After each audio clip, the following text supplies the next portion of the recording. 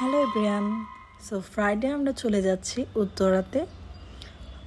এখন আমরা বাসা থেকে নেমে মেট্রো রেল নিয়ে নিচ্ছি। মেট্রো রেলে করে আমরা উত্তরাতে চলে যাব। এই যে আমরা টিকিট কাটছি এখানে, অ্যান্ড আমাদের টিকিট কাটা ডান। এই যে আমার টিকিট, আর এই যেটা হচ্ছে আমাদের টিকিট। এখন আমরা ট্রেনের জন্য অপেক্ষা করছি, আর এই যে আমরা নেমেও গেছি।